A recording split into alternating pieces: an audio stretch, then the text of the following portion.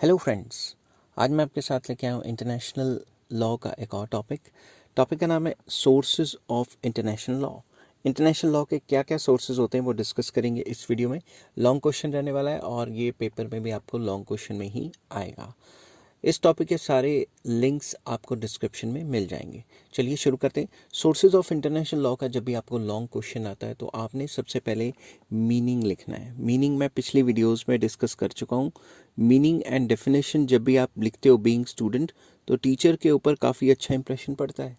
तो आपको meaning and definition भी डिस्कस करनी ही करनी है, चाहे कोई भी टॉपिक आए, उसका फीचर्स, करेक्टरिस्टिक्स, सोर्सेज जो भी आए, मीनिंग डेफिनेशन लिखोगे तो टीचर के ऊपर बहुत अच्छा इंप्रेशन पड़ेगा। चलिए विदाउट वेस्टिंग एनी टाइम शुरू करते हैं। तो फर्स्ट पॉइंट जो है source of international law is the international conventions. जो भी इंटरनेशनल कन्वेंशंस हुई हैं उसमें उन कन्वेंशंस में से भी इंटरनेशनल लॉ निकल के आता है। किस तरीके से, क्या मटेरियल लिखना है इसमें डिस्कस करते हैं। International conventions are the most important source of international law. International conventions बहुत इंपॉर्टेंट सोर्स ऑफ लॉ है। कैसे? In article 38 of the statute of international court, it has been said that importance will be given by the international court to international conventions while giving their judgments. जब भी international जो court है वो अपनी judgement देगी तो international conventions के ऊपर जो है वो सोच विचार करेगी। सिंपल वर्ड्स में जजमेंट देते टाइम कंसिडर करेगी कि इंटरनेशनल कन्वेंशंस क्या है। समझ गए बात? Here the international conventions means international treaties. तो जो भी ट्रीटीज बिटवीन द कंट्रीज हैं या जो कन्वेंशंस चलती आ रही हैं उनको कंसिडर किया जाएगा। अब एक दो डेफिनेशन है, मैंने दो लिखी हैं, आप पेपर में एक लिख सकते हैं। According to Vienna Convention, international treaties are those agreements by which two or more states establish their mutual relationship under international law. तो इंटरनेशनल ट्रीटीज़ वो एग्रीमेंट्स हैं जिसमें दो या दो से ज़्यादा स्टेट्स आपस में म्यूचुअल रिलेशंस बनाते हैं under international law. Similarly according to professor Schwarzenberger, नाम ऐसा बर्जर या बर्गर जो भी आप कह सकते हैं, international treaties are those agreements by which two or more than two states create relationship between themselves under international law. तो दोनों का एक ही कहना है कि दो या दो से ज़्यादा स्टेट्स अगर इंटरनेशनल लॉ के अंडर कोई एग्रीमेंट करते हैं तो उनको इंटरनेशनल ट्रीटीज कहा जाता है। The treaties are mainly of two types, treaties creating law, contractual treaties. तो ये क्या होती हैं डिस्कस करते हैं। Treaties creating international law are discrete source of international law, ये एक मेन सोर्स है। These treaties create binding upon the international law for world state community. These treaties are further of two types. ये जो treaties होती हैं further दो types की होती हैं। बेसिकली ये ट्रीटीज बाइंडिंग होती है इंटरनेशनल लॉ के ऊपर, जो स्टेट्स हैं उन्होंने आपस में ट्रीटीज़ की होती हैं और इंटरनेशनल लॉ को ये एनफोर्स करवानी पड़ती है अगर कोई भी एक स्टेट इनको मानने से इनकार कर दे तो। ठीक है, इसमें दो टाइप की ट्रीटीज़ आ जाती हैं, treaties creating sovereign international law and treaties creating ordinary principles of law. तो ये दोनों की दोनों आगे डिस्कस करेंगे। अगर यहाँ पे डिस्कस करने लग गए तो ट्रीटी पे ही लॉन्ग क्वेश्चन हो जाएगा। सेकेंड है contractual treaties. Contractual treaties are made between two or more than two states and their provisions are applicable to concern state parties. Simple words में कॉन्ट्रैक्चुअल ट्रीटीज होती हैं, कॉन्ट्रैक्ट्स होते हैं कि अगर तुम हमें ये माल सप्लाई करते हो हम तुम्हें ये माल सप्लाई करेंगे। इस टाइप की ट्रीटीज होती हैं जो कंसर्न स्टेट्स के ऊपर ही अप्लाई होती हैं। समझ गए बात? तो ट्रीटीज के ऊपर जो आपने लॉन्ग क्वेश्चन लिखना है वो मतलब लॉन्ग क्वेश्चन ही मतलब सोर्सेज के ऊपर जो लॉन्ग क्वेश्चन लिखना है उसमें पहला पॉइंट इंटरनेशनल कन्वेंशंस का आ जाता है और इंटरनेशनल कन्वेंशंस का मतलब इंटरनेशनल ट्रीटीज है। अब मेरे घर के बाहर डॉग बाग कर रहा है, मैं उसको रोक नहीं पाऊंगा तो उसकी तरफ से मैं आपसे सॉरी मांग लेता हूँ। ठीक है, तो थोड़ा सा कंक्लूजन लिखना है। दस दीज ट्रीटीज और conventions are the main sources of international law. Rules regarding the customs are developed from and gradually become the part of international law। जो भी यहाँ से कस्टम्स निकल के आते हैं इंटरनेशनल लॉ से वो मतलब जो कस्टम्स निकल के आते हैं इंटरनेशनल ट्रीटी से वो इंटरनेशनल लॉ का पार्ट बन जाता है। तो ये मटेरियल आपने इस हिसाब से लिखना है। अब आ जाता है सेकंड पार्ट। ये जो सेकंड पार्ट है ये हमें बताता है इंटरनेशनल कस्टम्स। इंटरनेशनल कस्टम्स भी हमारे इंटरनेशनल लॉ को बिल्ड करते हैं। किस तरीके से? International customs are considered as the oldest source of international law. इनको एक ओल्डेस्ट सबसे पुराना सोर्स माना जाता है इंटरनेशनल लॉ का। International customary laws are those laws which have developed through a long historical process.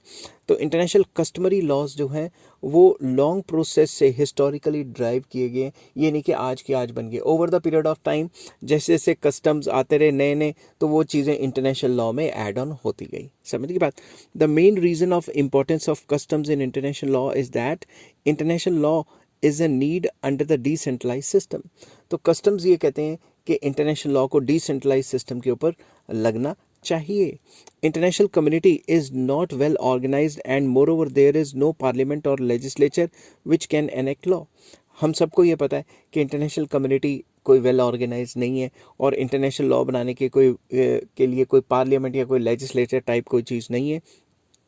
Under such conditions, enactment और creation of international law depends upon customs. ऐसी सिचुएशन पे कस्टम्स जो हैं, रीति रिवाज जिनको कहते हैं, वो काफ़ी इंपॉर्टेंट रोल प्ले करते हैं इंटरनेशनल लॉ को बनाने में। For the purpose of recognition of custom as a form of international law the following things are important. अगर हमने किसी भी इंटरनेशनल कस्टम को लॉ की फॉर्म देनी है तो फॉलोइंग चीज़ें इंपॉर्टेंट है। The custom should have been use for a long time. ये कस्टम्स को काफ़ी लंबे टाइम तक इस्तेमाल किया जा रहा होना चाहिए पिछले टाइम में। It should be certain. कोई कस्टम है सर्टेन होना चाहिए, अनसर्टेन होगा तो उसको प्रॉपर लॉ में कैसे लगा पाएंगे।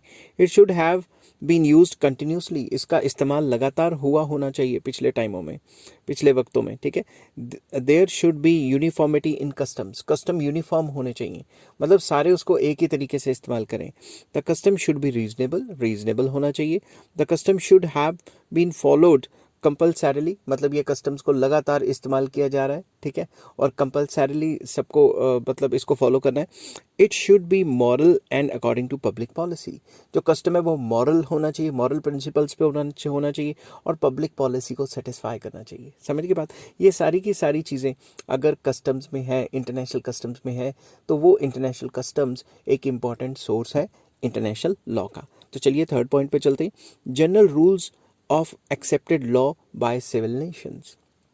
ये भी एक इंटरनेशनल लॉ का एक इंपॉर्टेंट सोर्स है। इसमें क्या आ जाता है, according to article 38 of the statute of international court, generally rules of accepted law by civilised states have been a third source of international law. कैसे? Accepted general law by civilized nation means those laws which have been accepted and recognized by almost all the nations। वो कानून जो तकरीबन सारी की सारी civilised Nations follow करती हैं और उन्होंने अपने कंट्रीज़ में लागू किया हुआ है, वो भी एक important source of international law है। तो इसमें एक डेफिनेशन आ जाती है according to G von Glahn, बंदे का नाम है, ठीक है। तो general accepted laws by civilised nations includes such laws which are similar to state municipal laws and these can be applied in international disputes. उन्होंने कहा कि ये वो सारे सिमिलर म्यूनिसिपल लॉज हैं जिनको हम इंटरनेशनल डिस्प्यूट्स पे भी अप्लाई कर सकते हैं। सिंपल वर्ड्स में मान लो इक्वालिटी का लॉ है, तो हम इंटरनेशनल लेवल पे भी जब लॉ अप्लाई करेंगे तो इक्वालिटी का प्रिंसिपल तो फॉलो करेंगे ही ना। तो एक एग्जांपल दी है, for example giving an opportunity of hearing to both parties who are in dispute not to act as जज in one's own case, res judicata, estoppel, etc. are such principles which are incorporated by all nations in their own domestic laws and they are recognized by all that they have also been included in international law। ये कुछ basic जो principles हैं law के जो basically all civilised nation follow करती हैं, जैसे जो भी दोनों पार्टीज़ हैं उनकी बात सुनना, ठीक है, race judicata, estoppel, etcetera etcetera, ठीक है। इस टाइप की चीज़ें हम अपने नॉर्मल लॉज में भी फॉलो करते हैं, कंट्रीज़ अपने नॉर्मल लॉज में भी फॉलो करती हैं। तो इन सारी टाइप की चीज़ों को इंटरनेशनल लॉ का एज अ सोर्स माना जा सकता है। इंटरनेशनल लॉ इन सारी चीज़ों पे भी बेस्ड होगी। Apart from that the principle of good faith, responsibility, prescription and right of hearing have also been recognized। इन सब को छोड़ के और भी जो बेसिक प्रिंसिपल्स हैं जो हम रोज़मर्रा की ज़िंदगी में जो अपने कंट्री के अंदर जो हमारे लॉज हैं उनकी चीज़ें भी अप्लाई कर पाते हैं। सिंपल वर्ड्स में कि भाई हमारे जो म्यूनसिपल लॉज हैं, जो हमारे लॉज हैं, उनकी कई चीज़ें भी इंटरनेशनल लॉ के ऊपर अप्लाई होती हैं। वो सारी चीज़ें भी इंटरनेशनल लॉ का एक इम्पॉर्टेंट सोर्स है। It is also been mentioned here that any principle of law accepted by civilized nation becomes the part of international law only when it is applied to international court in at least one case. कम से कम एक case पे वो चीज़ apply होनी चाहिए, तभी वो international law का part बन सकता है। और इंटरनेशनल कोर्ट जो है उस प्रिंसिपल को कम से कम एक बार किसी एक केस में अप्लाई करेगी, तभी वो उसका लॉ माना जाएगा, सोर्स ऑफ लॉ माना जाएगा। ठीक है, नेक्स्ट आ जाता है डिसीजंस ऑफ इंटरनेशनल कोर्ट। जो भी इंटरनेशनल कोर्ट ने डिसीजंस दिए वो भी फ्यूचर के लिए लॉ बन जाता है, पता है ना आपको। At present international court of justice is main international judicial tribunal, ये तो सबको पता है। It was set up in 1946 and its decisions are binding on parties to dispute. जो भी डिस्प्यूट पे पार्टीज हैं उनको माननी पड़ती है बात। ठीक है, earlier decisions of the court are not binding on the court itself. पुराने टाइम में देखा जाए तो कोर्ट के डिसीजंस कोर्ट के ऊपर ही बाइंडिंग नहीं थे। The court can change it's earlier decisions given in the similar case, but the earlier decisions guide the court in taking the decision. Simple words में कोर्ट ने जो decisions लेने हैं वो अपने पुराने डिसीजंस को देख के ही वो चीज़ ले सकता है। तो मतलब इंटरनेशनल कोर्ट के जितने भी डिसीजंस हैं, जितनी भी डिक्री है, वो भी एक इंपॉर्टेंट सोर्स ऑफ लॉ बन जाता है। According to article 38(1)(d of statute of international court of justice, in determination of rules of law, the earlier decision of court of international justice acts as a secondary source of law. जो उन्होंने पहले decided cases हैं उनके जो decisions हैं उनको भी consider किया जा सकता है इंटरनेशनल लॉ के मतलब नए डिसीजंस देने में। वो अपने जो है पुराने डिसीजंस को दिमाग में रख के नए नए लॉज को बना सकते हैं। On the other hand, the decisions of domestic courts do not have any significance in the international law. For this reason, Oppenheim did not accept the decision of domestic courts as a source of international law. तो जो Oppenheim है इन्होंने कहा है कि भाई हम सिर्फ इंटरनेशनल लॉ जो इंटरनेशनल कोर्ट ऑफ जस्टिस है उसी के जो डिसीजन है उसी को कंसिडर करेंगे, जो डोमेस्टिक कोर्ट्स हैं उनके डिसीजंस को कंसिडर नहीं करेंगे। किन्होंने कहा? ओपनहेम ने। ठीक है, मैंने नहीं कहा, ये ओपनहेम ने कहा है। इसको हल्का सा बुराई कर दी है कि भाई जो डोमेस्टिक कोर्ट के डिसीजंस हैं वो इतना कंसिडर नहीं करेंगे इंटरनेशनल लेवल पे जब भी हम कोई जो केस है डिस्कस कर रहे हैं। But if the decisions given by different courts are uniform then these decisions can be a part of international law. अगर ये जो डोमेस्टिक कोर्ट है वो वही डिसीजन ले रहा है जो सारी की सारी जो सिविलाइज्ड नेशंस हैं वो भी सेम डिसीजन ले रही हैं, उनकी लोकल कोर्ट्स सेम टॉपिक के ऊपर सेम डिसीजन ले रही हैं, तब उनको इंटरनेशनल लॉ में कंसीडर किया जा सकता है। This happens only in that field of international law where the domestic law and international law merge with each other, that is nationality, extradition मैंने लिखा हुआ है, extradition होता है, ठीक है ना, तो आप स्पेलिंग ठीक कर लेना, extradition, ठीक है। तो एक्स्ट्रेडिशन और इसके अंदर जो डिप्लोमेटिक जो आ जाते हैं वो सारे के सारे आ जाते हैं। तो जब भी आप ये नोट करेंगे तो आप ये दिमाग से समझना कि मतलब आपने ये सारा का सारा मतलब साथ के साथ लिखना है। अगर आपने साथ के साथ नहीं लिखा तो आपको ये चीज़ें समझ नहीं आएंगी। कभी कभी स्पीड में लिख रहा होता हूँ तो एक आधे वर्ड इधर उधर हो जाते हैं, और मेरे घर के बाहर जो डॉग बाग कर रहा है उसका मैं कुछ कर नहीं सकता। ठीक है, मैंने तो बहुत खाना दिया इसको, मगर कोई बाहर से आ जाता है तो ये भौंकना शुरू कर देता है। मेरा नहीं है, ये कम्युनिटी डॉग्स हैं। ठीक है, तो नेक्स्ट पॉइंट आ जाता है ज्यूरिस्टिक वर्क्स। ज्यूरिस्टिक वर्क्स भी एक important source of international law है। किस तरीके से मैंने एक्सप्लेन किया हुआ है, juristic works are not independent source of international law but it helps in the development of international law. जो ज्यूरिस्टिक वर्क्स हैं जो ज्यूरिस्ट ने किए हुए हैं वो भी एक इंटरनेशनल लॉ का एक इंपॉर्टेंट सोर्स है। कैसे? According to article 38 of the statute of international law, the international court can use the juristic works as secondary source for knowing the rules of international law. Article 38 international law का ये भी कहता है कि हम जो ज्यूरिस्टिक वर्क्स हैं उनको भी as a source of law, source of international law ले सकते हैं। While throwing light on the importance of juristic works, it has been said that where in any case there is no treaty and no decision of executive, legislature or court, then the customs of civilized nations and juristic works can be followed. ये कहा जाता है कि जहाँ पे आपको कोई treaty या कोई इस टाइप का डिसीजन या एग्जीक्यूटिव डिसीजन या लेजिस्लेचर या कोर्ट का कोई डिसीजन ना मिले, वहाँ पे आप कस्टम्स को और ज्यूरिस्टिक वर्क्स को फॉलो कर सकते हो. The jurists and legal commentators express their views on any issue on the basis of their long practice and experience. जब भी जो jurists हैं वो अपनी कमेंट्री देते हैं किसी पर्टिकुलर टाइप पे, तो वो अपने लंबे एक्सपीरियंस एंड प्रैक्टिस के हिसाब से कमेंट्री देते हैं कि इस सिचुएशन में ऐसा ऐसा होना चाहिए. Therefore, for taking decisions by court as to what law will be applicable in a particular case, the works of jurists can be consulted and help can be taken. तो जो jurists है उन्होंने जो अपना काम किया हुआ है, उन्होंने अपनी रिसर्च की हुई है, उन्होंने जो अपने कमेंट्री छापी हुई है, कोई आर्टिकल लिखा हुआ है, कोई बुक लिखी हुई है, उसको भी कंसिडर किया जा सकता है इंटरनेशनल लॉ को बनाते टाइम या इंटरनेशनल डिसीजंस लेते टाइम. नेक्स्ट आ जाता है decisions of the organs of international institutions. जितने भी इंटरनेशनल इंस्टीट्यूशंस हैं उनका कोई डिसीजन होगा तो वो भी एक important source of international law बन जाता है. इसके रिलेटेड स्टार्क ने क्या कहा हुआ है? Starke has said while throwing light on the importance of decisions of the organs of international institutions that in statutory cases such decisions play an important role in the development of customary law. जो statutory cases होते हैं उन cases में जो decision है अगर हम उनको लें, मतलब कोर्ट डिसाइड करे, इंटरनेशनल कोर्ट डिसाइड करे, तो वो कंसीडर कर सकती है कि इंटरनेशनल इंस्टीट्यूशन ने क्या डिसीजन लिए हैं, उन्होंने क्या क्या अपने रूल्स निकाले हैं और उनके क्या क्या काम करने के तरीके हैं, उन तरीकों को भी फॉलो करके जो है इंटरनेशनल लॉ को डेवलप किया जा सकता है. The resolutions passed by organs of international institutions for their internal matters have binding effect on the members of the institutions. जैसे यूनाइटेड नेशन ने कोई रेजोल्यूशन पास कर लिया तो जो भी उसके मेंबर्स हैं उनके ऊपर बाइंडिंग रहेगी, तो ऐसी चीज़ों को भी हम इंटरनेशनल लॉ बनाते टाइम फॉलो कर सकते हैं.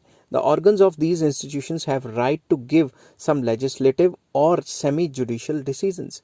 जैसे इन टाइप के ऑर्गेनाइजेशंस में, इंटरनेशनल ऑर्गेनाइजेशन या इंस्टीट्यूशंस में जो जुडिशियल या सेमी जुडिशियल डिसीजंस हैं वो भी लिए जाते हैं, उनको भी as a source of international law consider किया जाता है. These organs can comment on statutory documents which have binding effect. तो इनके भी जो है स्टैट्यूटरी डॉक्यूमेंट्स आ जाते हैं. जैसे इन डॉक्यूमेंट्स में लिखा होता है कि क्या क्या रूल्स हैं, क्या क्या रेगुलेशंस हैं, हर एक मेंबर कंट्री को क्या करना चाहिए. तो इन डॉक्यूमेंट्स के थ्रू भी एक लीगल बाइंडिंग इफेक्ट आ जाता है जो मेंबर्स हैं उनके अंदर, तो इसको भी एज अ इंटरनेशनल लॉ का सोर्स कंसिडर किया जाता है. These organs have right to determine their capacity और लिमिट. इन ऑर्गन्स को राइट होता है, जैसे यूनाइटेड नेशन को राइट है मेंबरशिप कैसे देनी है, क्या रूल्स रेगुलेशन है, आईएमएफ को अपने राइट्स हैं, तो इन इंटरनेशनल इंस्टीट्यूशंस के अपने जो है कैपेसिटी में, अपने लिमिट्स में रूल्स रेगुलेशंस होते हैं जिनको कि फॉलो कर सकती है इंटरनेशनल लॉ. एक इम्पॉर्टेंट सोर्स है इंटरनेशनल लॉ को लॉ के लिए, ठीक है. Thus, it is clear that the decision of organs of international institutions have an important place in providing a source of international law. Next, international committee. Simple words में international committee भी एक important source है किसका? International law का. कैसे? चलिए देखते हैं. According to the principle of comity, when one country treats another country with respect, the other country will have to behave in the same way. अगर एक कंट्री दूसरे से अच्छा बिहेवियर कर रही है, एक अच्छी रिस्पेक्ट दे रही है, तो दूसरे कंट्री को भी उसी के हिसाब से करना चाहिए. The behaviour between different Nations is based on the principle of committee. इस चीज़ को कहते हैं कि एक जैसा कर रहा है उसके साथ वैसा ही करो, उसको कहते हैं principles of comity. That is why Oppenheim considered important role of international committee in the development of international law. तो इंटरनेशनल लॉ इससे भी डेवलप होकर आता है कि अगर एक कंट्री दूसरे कंट्री के साथ किस तरीके से बिहेव कर रही है और वो भी अच्छी कर रही है, तो आपस में उनके रिलेशन अच्छे हो गए, तो रिलेशन अच्छे हो गए तो वो आपस में क्या क्या काम करते हैं और क्या क्या उनके कस्टम्स बन जाते हैं, उसको भी हम इंटरनेशनल लॉ का एक इंपॉर्टेंट पार्ट मान सकते हैं. नेक्स्ट आ जाता है state papers. Very important. At present, almost all civilized nations have political relations with each other. सबके political relations हैं. They make correspondence with each other on the international matters. वो आपस में एक दूसरे से मतलब correspondence मतलब एक दूसरे को जो papers हैं वो send करते रहते हैं कि एक कंट्री दूसरे कंट्री को कहता है कि मैं ये व्यू पॉइंट का हूँ, दूसरा कहता है मेरे व्यू पॉइंट ऐसे हैं, आपस में जो उनकी कम्युनिकेशन चलती रहती है। These letters are publish from time to time, और ये पब्लिश की जाती हैं time to time. These letters reveal various principles relating to their natural relations. ये जो पेपर्स हैं बताते हैं कि एक कंट्री के दूसरे कंट्री के साथ किस टाइप के रिलेशंस हैं। जो लॉरेंस है फेमस ज्यूरिस्ट, उन्होंने क्या कहा है, most of the complicated and serious questions of law are solved when state papers are studied. तो अगर इंटरनेशनल लॉ के स्टूडेंट स्टेट पेपर्स की स्टडी करेंगे तो उसमें से भी कई इंटरनेशनल लॉ को निकाला जा सकता है। समझ की बात, क्योंकि इसमें पता लगता है कि कंट्रीज़ के आपस में रिलेशन कैसे हैं, उनकी ड्यूटीज़ वगैरह क्या आपस में, और वो एक दूसरे से किस तरीके से बिहेव करते हैं। नेक्स्ट आ जाता है state instructions. The legal advisers give legal advice to the government in order to solve many problems from time to time. जो लीगल एडवाइजर होते हैं गवर्नमेंट के, वो टाइम टू टाइम जो भी प्रॉब्लम्स आती हैं उनको सॉल्व करने के लिए गवर्नमेंट को सलाह मशवरा देते रहते हैं। These advices help in solution of disputed international matters. तो ये जो डिस्प्यूटेड इंटरनेशनल मैटर्स हैं कि एक कंट्री का दूसरे कंट्री के साथ डिस्प्यूट चल रहा है, उसको सॉल्व करने के लिए क्या क्या करें, तो ये भी तो सलाह मशवरा देते रहते हैं ना लीगल एडवाइजर्स गवर्नमेंट के। That is why state instructions have been considered as an important source of international law. तो जो एडवाइसेस होती हैं उनमें से भी कई चीज़ें निकल के आती हैं जो इंटरनेशनल लॉ को बनाने में हेल्प करती हैं। नेक्स्ट आ जाता है reason. Reason has its own importance in the development of international law. When there is no law for existing problem, then it is settled on the basis of reasons. तो अगर कोई भी settled law नहीं है, कोई भी rules नहीं बने हुए पहले, तो सिंपल सा लॉजिक है कि उस चीज़ को रीज़न दे के सॉल्व किया जाए, उस प्रॉब्लम के लिए, उस प्रॉब्लम के लिए इंटरनेशनल लॉ बने रीज़न के बेस्ड के ऊपर। समझ गए बात। Reasons mean such judicial logic which helps in the settlement of disputes from time to time. तो यहाँ रीजन का मतलब है लॉजिक, जुडिशियल लॉजिक होना चाहिए कि अगर ये ऐसा हुआ है तो क्यों हुआ है, कैसे हुआ है, इसके असर क्या क्या पड़ेंगे, ये सारा लॉजिकली चलना चाहिए। समझ गए बात। सच सॉल्यूशंस आर यूनिवर्सल। जो इस टाइप के सॉल्यूशंस होते हैं वो यूनिवर्सल होते हैं, हर कोई फॉलो कर लेता है। अकॉर्डिंग टू पॉलक क्या कहा इन्होंने, international law is based on equity, justice, convenience and logic relating to subject matter and which is proved by long term usage. तो जो भी logic, convenience and justice and equity पे based होते हैं international law, उनका लंबे time से usage चलता रहता है और कोई उनको अपोज नहीं करता। नेक्स्ट पॉइंट आ जाता है equity and justice. Equity and justice तो आपको पता ही सबसे इंपॉर्टेंट चीज़ है, ठीक है, किसी भी टाइप के लॉ को बनाने के लिए। Equity and justice have their important role in the role to play in creation, development and codification of international law. While taking the decision in international court, judges consider the fairness, reasonableness and policy of well-established rules of law. तो equity and justice के बगैर कोई भी law बनाना आपको पता है almost मुश्किल है, चाहे वो इंटरनेशनल लॉ है, चाहे वो डोमेस्टिक लॉ है या म्यूनिसिपल लॉ है। आई होप ये वीडियो आपको पसंद आई होगी। अगर पसंद आती है तो please like, share and subscribe. इस चैप्टर के लॉन्ग क्वेश्चन मैं लाता रहूँगा, मुझे टाइम नहीं लगता लॉ की वीडियोस बनाने का, क्योंकि बाकी सब्जेक्ट्स के काफ़ी बर्डन है मेरे ऊपर। फिर भी being a master degree holder in law, I will try to upload more and more videos. Take care. Bye bye.